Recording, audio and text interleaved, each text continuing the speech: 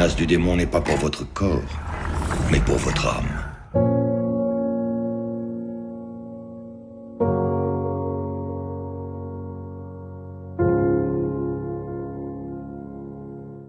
Avec le pape François, on est souvent surpris. Depuis 2013, début de son pontificat, il a multiplié les signes de modernisation. Il s'est aussi immiscé dans les débats politiques, allant jusqu'à tenser un certain candidat aux primaires américaines. Mais avec quels objectifs? Sur les réseaux sociaux, le pape a 30 millions de personnes qui le suivent sur Twitter. Il vient de se lancer sur Instagram. Il considère qu'Internet est un don de Dieu, que les catholiques sont des citoyens du numérique. Après, la question que ça pose, enfin bon, c'est est-ce que ça ramène des fidèles, quoi. Bon, enfin bon. Moi, je ne sais pas s'il vise, mettons, disons-le simplement, je ne sais pas s'il vise la conversion des gens au catholicisme. Bon.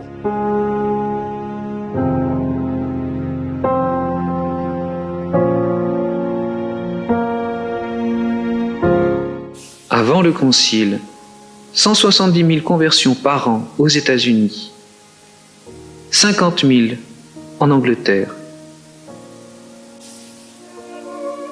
Aujourd'hui, il n'en reste rien. Au contraire, ce sont les catholiques qui désertent l'Église. Chaque année, 10 000 Français se font musulmans. En Amérique latine, près de 50 millions de catholiques ont adhéré aux sectes et autres superstitions locales. Le clergé diminue notablement, faute de vocation. 70 000 prêtres dans le monde entier ont abandonné leur état sacerdotal. Les foyers chrétiens éclatent, un divorce sur 4 en France.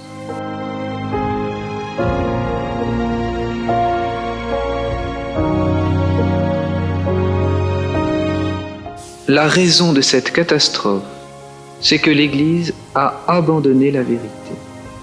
Le modernisme l'a dépouillée de ses certitudes, de sa sainteté. Au siècle dernier, un chanoine apostat et franc-maçon, Rocca, décrivait ce que nous vivons aujourd'hui. Pour faire entrer l'Église catholique dans le synarchisme, dit-il, nous devons la dépouiller de la certitude de la vérité, de sa propre identité dogmatique. Nous devons l'inciter au pluralisme philosophique et théologique, à la réinterprétation des dogmes, à la fausse collégialité épiscopale, à sa démocratisation, au faux œcuménisme religieux, à la sécularisation, à la libre interprétation des Écritures, à la fausse liberté religieuse, au bouleversement généralisé de la liturgie et des sacrements, au relâchement de la discipline ecclésiastique, à la permissivité. Sous le regard du pape François, Mahmoud Abbas, président palestinien, embrasse Shimon Peres, chef d'État israélien. Pour la première fois, ils sont reçus dans les somptueux jardins du Vatican. Alors voilà, c'est chrétien, certes, de rapprocher les ennemis, mais enfin, c'est un défi difficile. Hein, et puis en plus, ils tentent ça avec des non-catholiques, hein, avec des juifs, des musulmans, voilà, des communistes. Je veux remercier et souligner le soutien du Vatican, spécialement du pape François, dans l'amélioration des relations entre Cuba et les États-Unis. François, pape politique aux côtés du socialiste bolivien Evo Morales, qui lui offre un crucifix militant, frappé du marteau et de la faucille marxiste.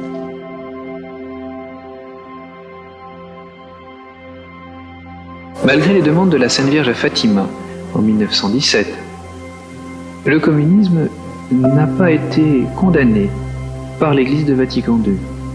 La Russie n'a pas été consacrée à son cœur immaculé.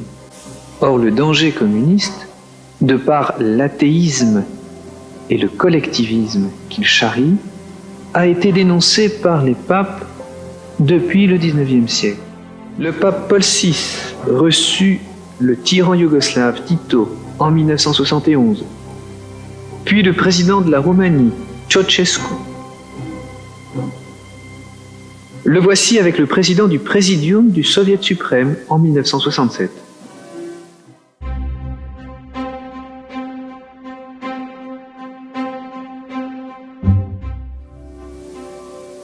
Autant de personnes excommuniées et dont l'apôtre Saint Jean nous dit de fuir fuir la compagnie.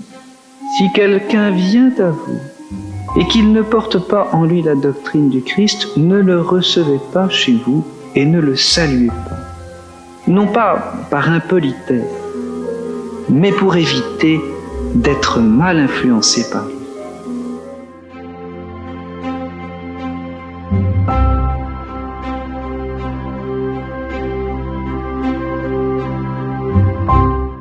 Il s'agit maintenant de nouer une amitié avec toutes les religions. D'abord les frères séparés, les plus proches, les orthodoxes, les anglicans, tous les chrétiens. Puis les religions païennes, l'islam, les juifs. Or, la première des amitiés, c'est de faire la charité de la vérité qui convertit vers notre Seigneur Jésus-Christ, qui convertit à notre Seigneur Jésus-Christ.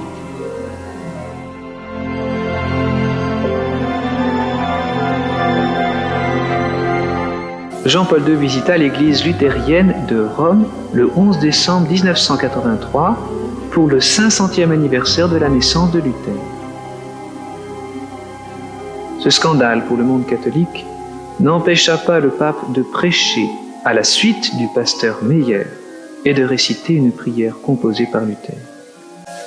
L'œcuménisme envers le judaïsme aussi ne connaît pas de limite. Tout ce qui nous différenciait de lui est passé sous silence. Dans la déclaration conciliaire Nostra Aetate, cette nouvelle orientation s'est affirmée en contradiction avec la doctrine de la papauté et des pères de l'Église. Le 24 juin 1985, un document officiel du Vatican invita les chrétiens à s'unir aux Juifs dans l'attente du Messie, sans préciser que le Messie, Jésus-Christ, est déjà venu il y a 2000 ans. Jean-Paul II tint des déclarations étonnantes. On ne peut accuser les Juifs en tant que peuple d'aucune faute héréditaire lors de la passion du Christ.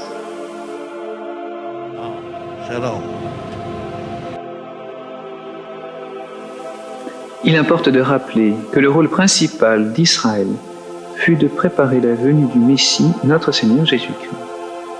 L'Ancien Testament a été édicté à cette fin.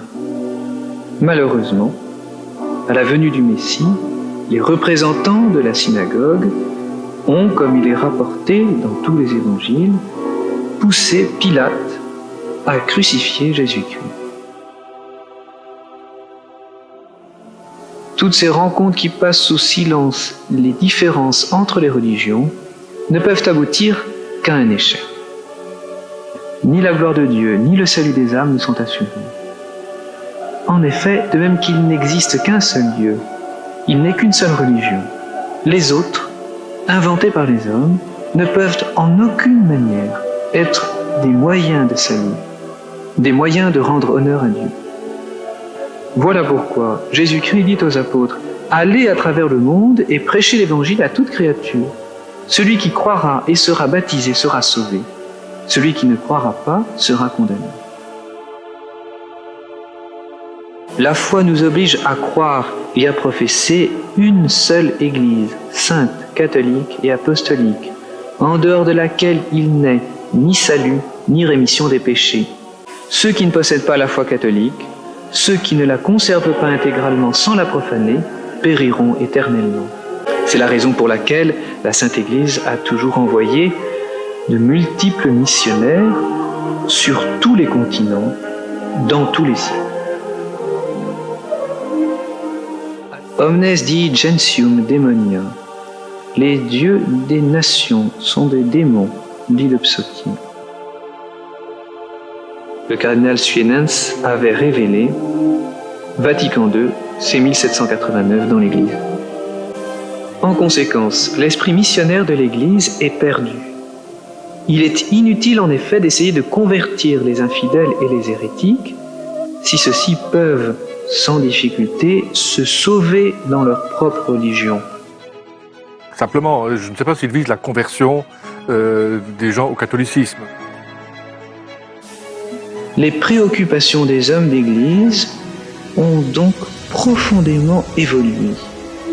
Les droits de l'homme, le bien-être de l'homme, la paix de l'homme, l'amour entre les hommes, voilà ce qui fait la trame, le sujet principal des sermons, des conférences, des exhortations.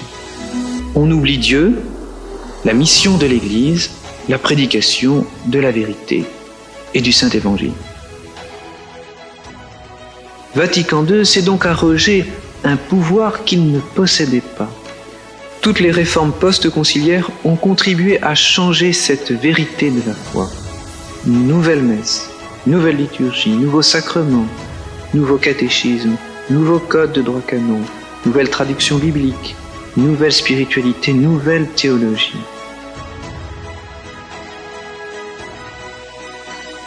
Ainsi, la jeunesse ne connaît plus les vertus d'obéissance, d'espérance, de sainteté, d'une authentique charité fondée sur la foi et non pas sur le sentiment.